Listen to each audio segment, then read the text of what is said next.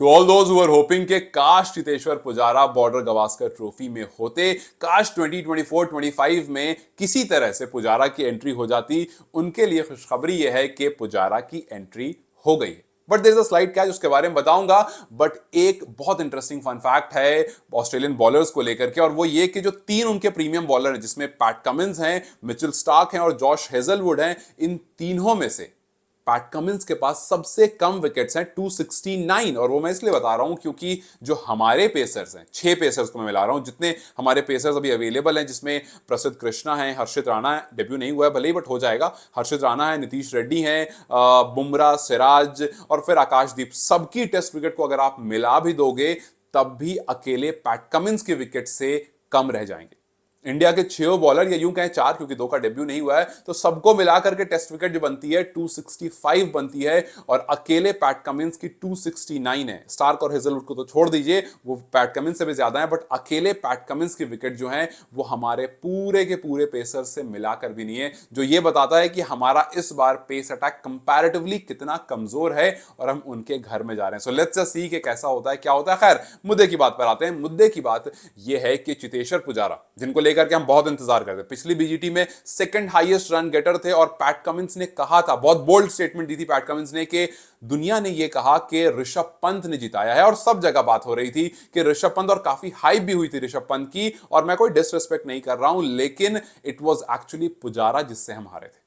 उन्होंने कहा कि पुजारा लगभग 1000 बॉल खेल गए थे ओवरऑल मिलाकर के, और हम जितने भी प्लान्स लेकर आते थे पुजारा के सामने हम फेल हो जाते थे, because this guy was very tough. शांत रहता है, कुछ एक्सप्रेस नहीं करने देता है, आप जितना इसके ऊपर चढ़ो कुछ रिएक्ट नहीं करता है, और खड़े खड़े आपको हरा देता है। It was actually Cheteshwar Pujara जिसने हमारे प्लान्स को बार बार फेल किया था। लास्ट में भले पंत ने मैचेस जिताए, लेकिन इट वाज पुजारा जिसकी वजह से हम एक्चुअली हारे थे, और उसी पुजारा का इंतजार था। लेकिन जो मैंने कहा कि स्लाइड कैच, वो कैच सिर्फ यह है कि पुजारा आ तो रहे हैं, बॉर्डर गवास्कर ट्रॉफी में आ रहे हैं, किसी की जगह पर नहीं आ रहे हैं, अपनी जगह खुद लेकर आ रहे हैं, और वो आ रहे हैं as a commentator.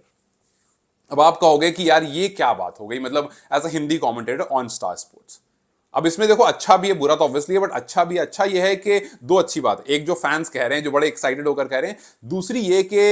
I think कि चेतेश्वर पुजारा से बेहतर कोई नहीं होगा जो हमें क्रिकेट समझा सकता है ऑस्ट्रेलिया की। भाई ये वो बंदा है जिसने बीजीटी जिया है, जिसने बीजीटी में लगभग 50 के एवरेज से रन स्कोर किया, जिसके पास 5 सेंचुरीज है, जिसके पास 10 हाफ सेंचुरीज है, 2000 से ज्यादा रन बीजीटी में है। तो ये बताता है कि पुजारा अगर कमेंट्री कर रहे होंगे तो आपको एक एक छोटी छोटी डिटेल पता चलेगी, और जो भी अब तक हुआ है आपको सब पता चलेगा, and he is the best one. उससे बेहतर कोई नहीं हो सकता था। लेकिन जो फैंस कह रहे हैं वो ये कि जी जैसे ही कोई इंजर्ड होता है उसे फटाक से बुला लेना पुजारा को।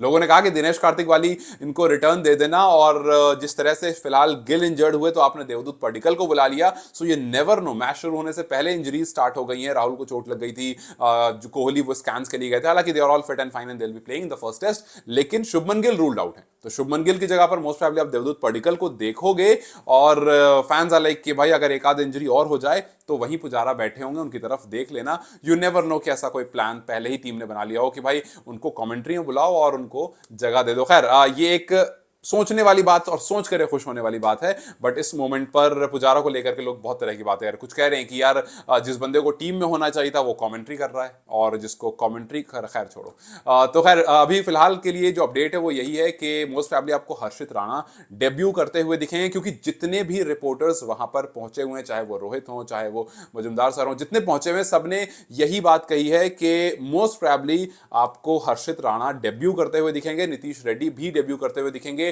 और 3 विकेट कीपर के साथ टीम जाएगी, जिसमें राहुल, ऋषभ पंत जो कि आपके विकेट कीपर की तरह खेलेंगे, विकेट कीपर बैट्समैन की तरह खेलेंगे, और ध्रुव जुरेल जो कि प्रॉपर बैट्समैन की तरह खेलेंगे। और इस टाइम की जो 11 है वो कुछ इस तरह की है कि जहां पर हम हर्षित राणा, अच्छा जहां पर हम प्रसिद्ध कृष्णा की उम्मीद कर रहे थे, आकाशदीप की उम्मीद कर रहे थे, वहां पर अभी सिचुएशन ऐसी दिख रही है कि हर्षित की तरफ ज्यादा फोकस है, तो वो हो सकते हैं। हालांकि सौरव गांगुली ने कहा था कि प्रसिद्ध कृष्णा की एंट्री हो तो ज्यादा बेहतर है, बिकॉज वो लंबे हैं और इस कंडीशन में वो काफी ज्यादा यूटिलाइजेशन टीम को दे सकते हैं। खैर 11 किस तरह से दिखेगा, अब जो फिलहाल अपडेटेड है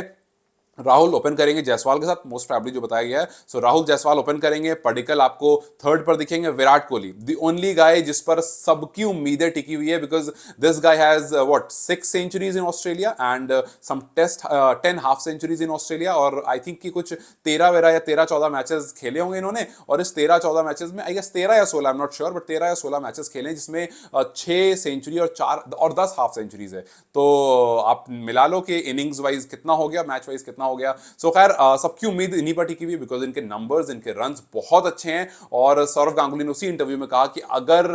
विराट रन स्कोर नहीं करेंगे तो मैं बहुत शॉक हो जाऊंगा। हम सबको पता है कि अभी इंडिया बहुत अच्छे टच में नहीं चल रहा है in terms of their batting performance, लेकिन उम्मीदें हमारी सबसे ज्यादा अगर किसी से है तो वो विराट कोहली है, और इस टाइम पर बोझ भी उन्हीं के कंधे पर है, बिकॉज रोहित है नहीं, कप्तान आपके है नहीं, कप्तान मोस्ट प्रोबेबली जसप्रीत बुमराह रहेंगे, जैसा मैंने कल बताया था कि it will be Jasprit Bumrah against Pat Cummins, so एक वो भी बड़ी इंटरेस्टिंग चीज होगी। खैर उसके बाद जुरेल के बाद रविंद्र जडेजा होंगे, हालांकि मैं सच में चाहता हूं कि जडेजा की जगह वॉशिंगटन सुंदर को मौका मिले, बिकॉज सुंदर हैज दैट थिंग, आपको वो एक तो बहुत एक्स्ट्रॉर्डनरी बैटिंग करके देता है भाई, अभी रिसेंट में उसने 150 रन लगाए थे, सो अच्छी बैटिंग करके देता है वो, और